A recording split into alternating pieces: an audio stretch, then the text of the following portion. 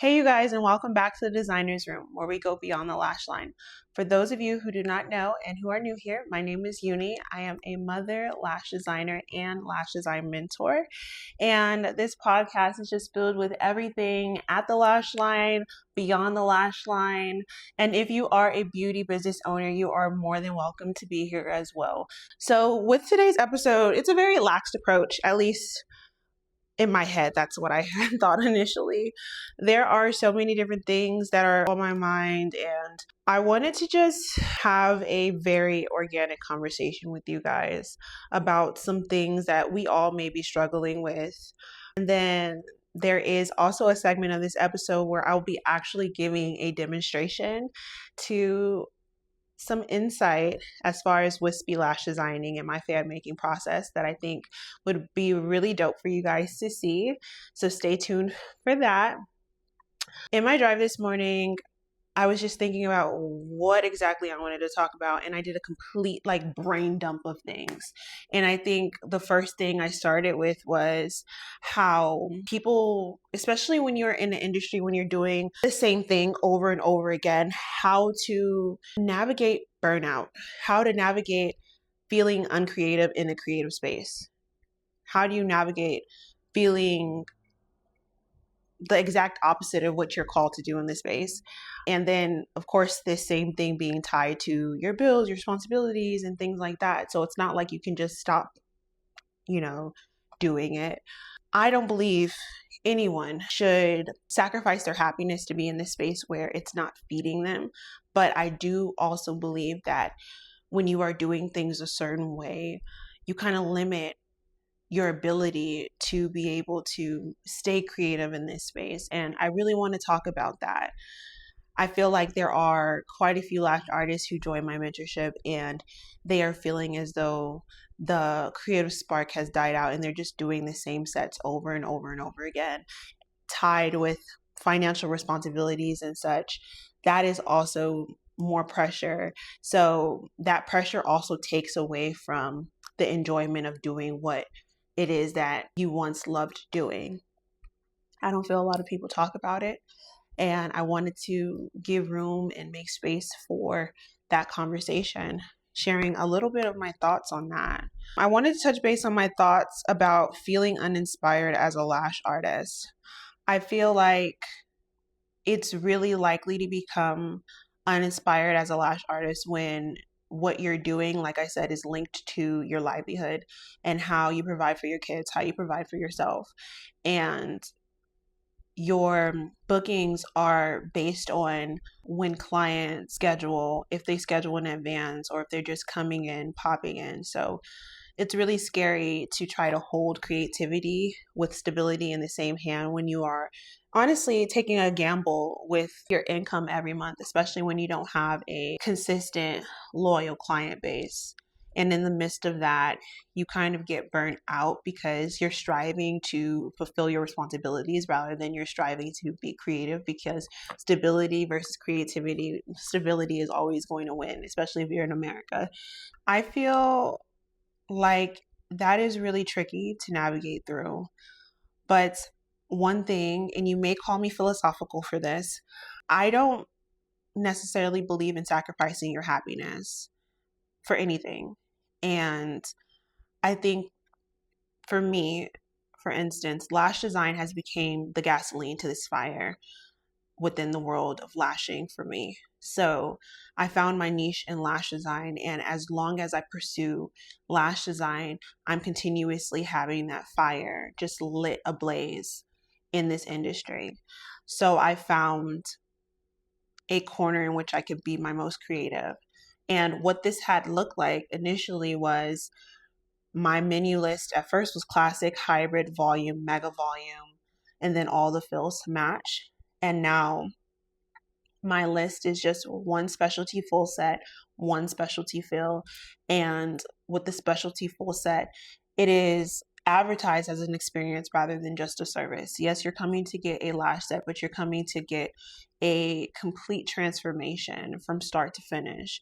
And the care and the time taken to value you as a client is accelerated. So I found a way to continuously be creative, because with that specialty full set, the client is under the impression that they're going to get a set that is 100% based on my creativity, as well as, of course, putting the client at the forefront of the design no matter what. I am always creating from a spontaneous place, because no two people look alike. And that is the excitement that keeps me going. And it also is the one thing that sets my business apart from another business, because the creativity that is in my brain is one of one.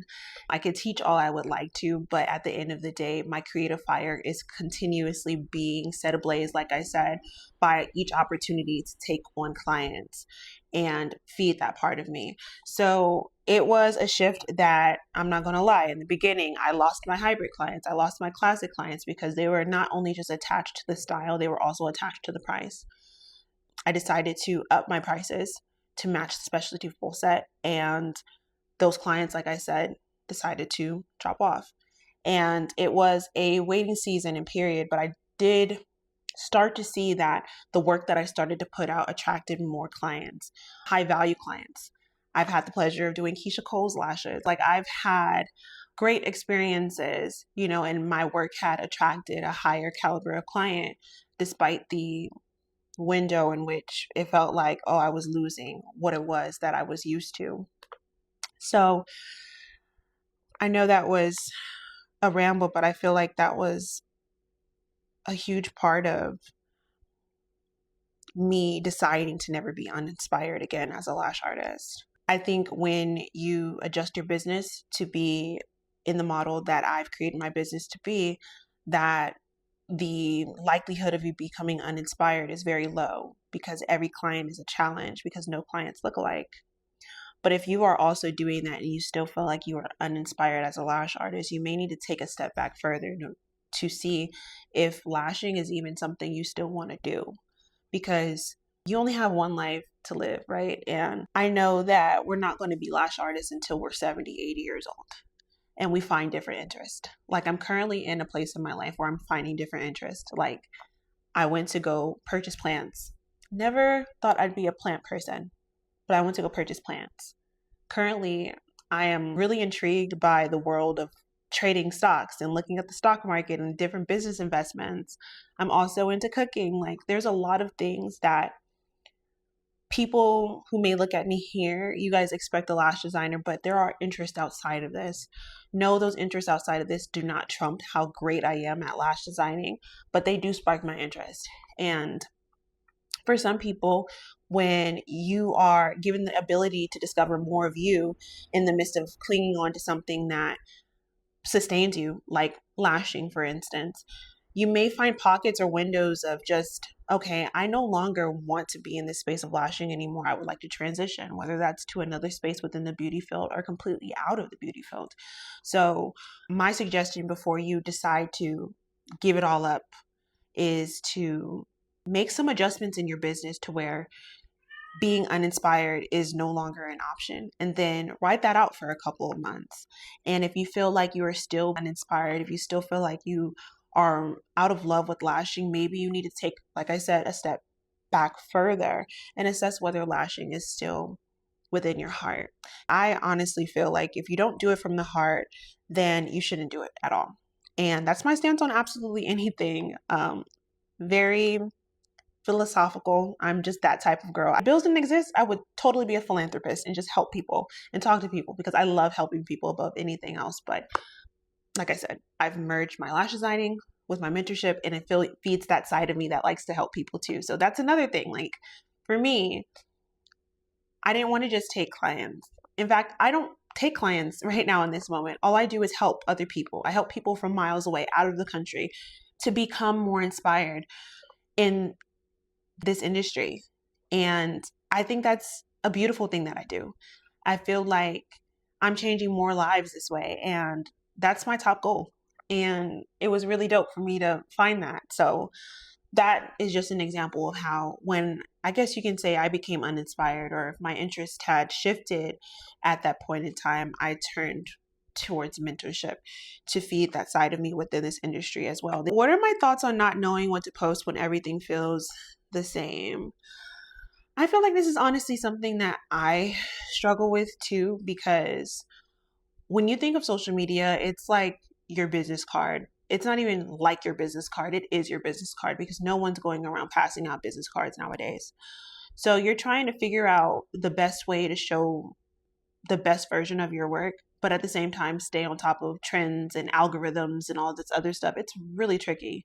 But one thing I do tell my students and mentees is that a content calendar that you can repeat every week is golden. So if you are posting Monday, Wednesday, Friday, and Monday you're doing transformations, Wednesdays you're doing education, and then Fridays you're doing some sort of like set breakdown, like when you're explaining what you did, you're going to have clients consistently. So what you do is just reserve Monday, Wednesday, Friday for those types of content.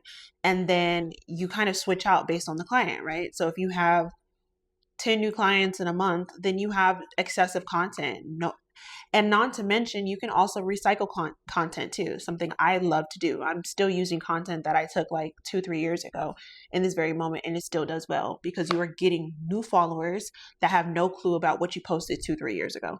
So I think content, when you get too much in your head about it, that's when you kind of get in your own way and you start to overthink. And if you can do some sort of pre-planning, like I said, a content calendar, at least plan your content maybe 2 weeks in advance, I feel as though content won't be such an issue, because content, as long as you are a creator or you're in the beauty field or if you offer some sort of service or experience, you're going to continuously have to post content. So it's best to spend maybe a few hours on a Sunday to get the next 2 weeks of content out of the way.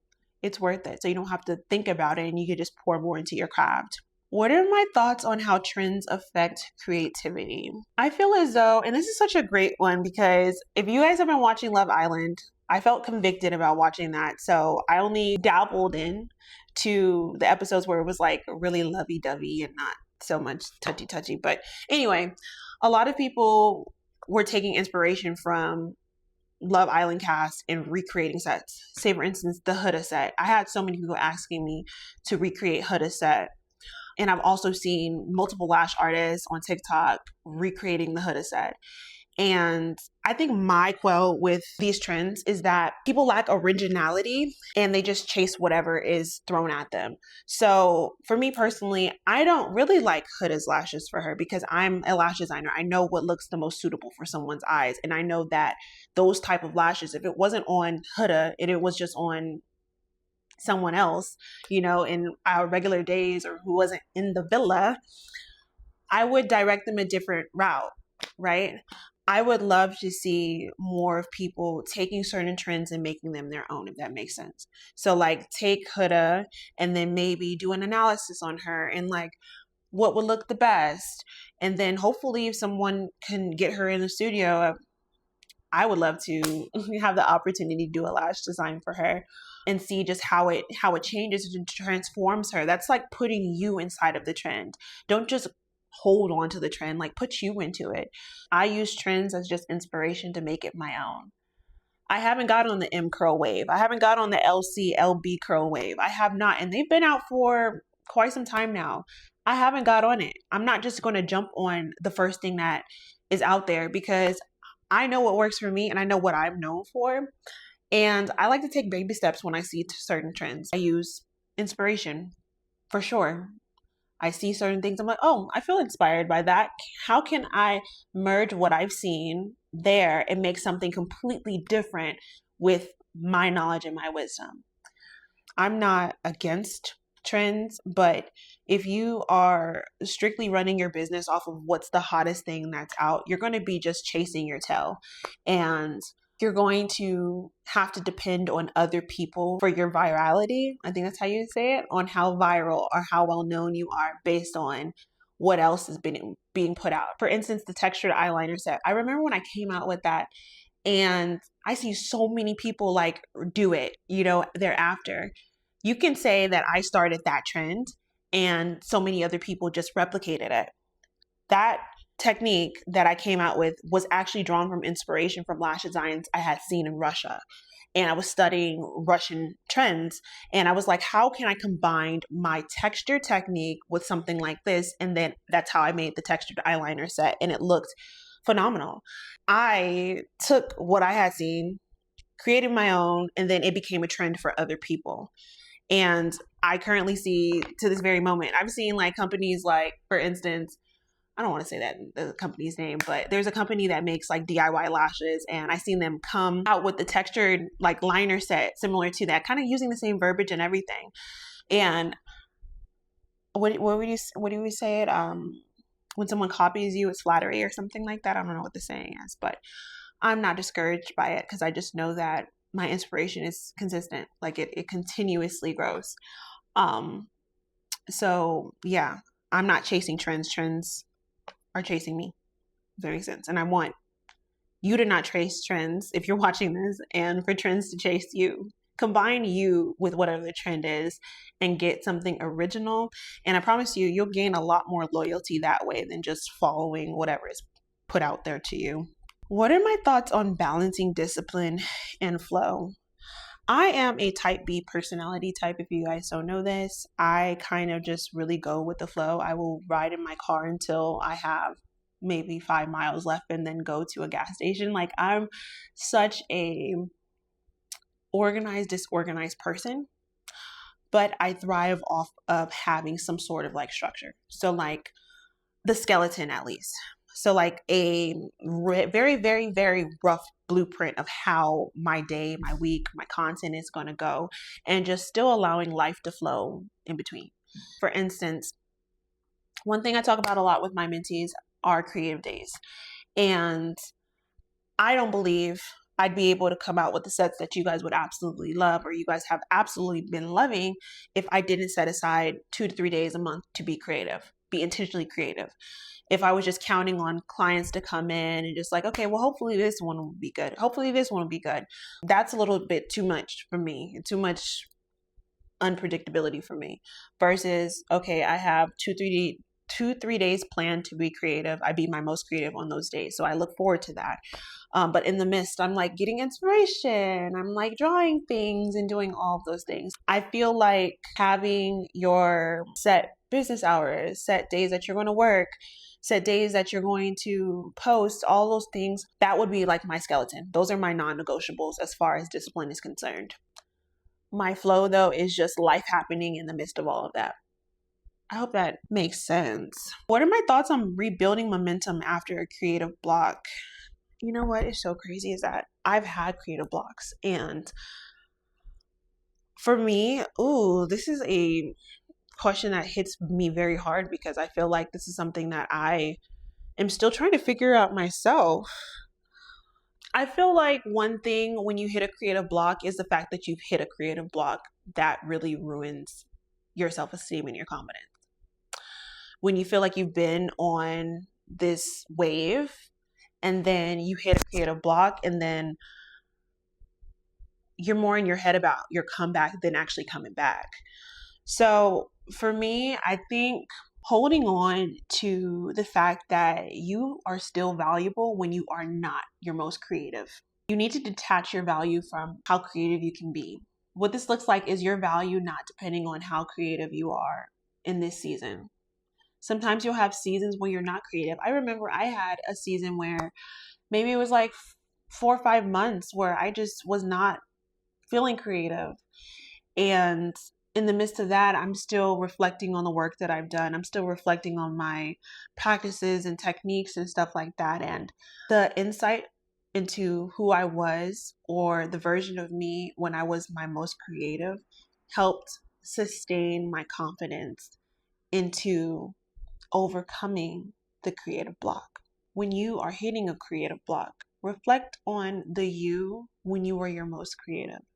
And that's why I'm very big on journaling. Like if you journal, especially within your business and stuff, just to track kind of like where your mind is, I think it's amazing.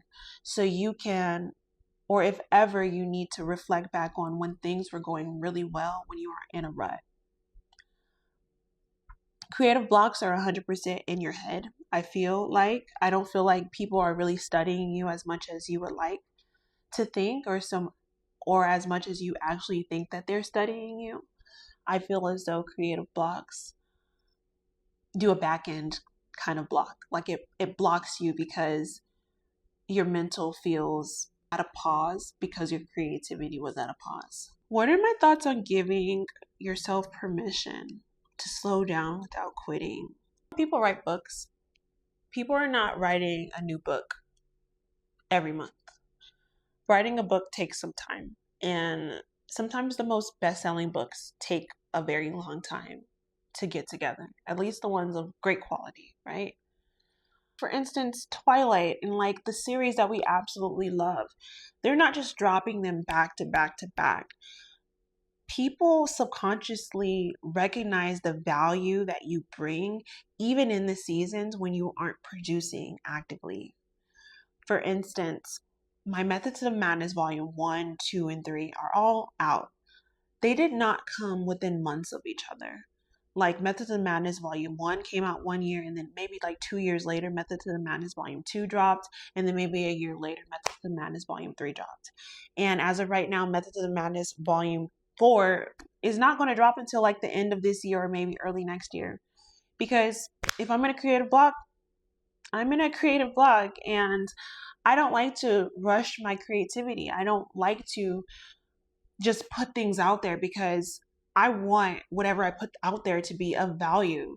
So I'm giving myself the space to explore this world, to explore and have more interactions with different types of people so I can actually create from a place of grace for my creativity rather than demand for my creativity, if that makes sense. I like the flow. Detach your value from your productivity.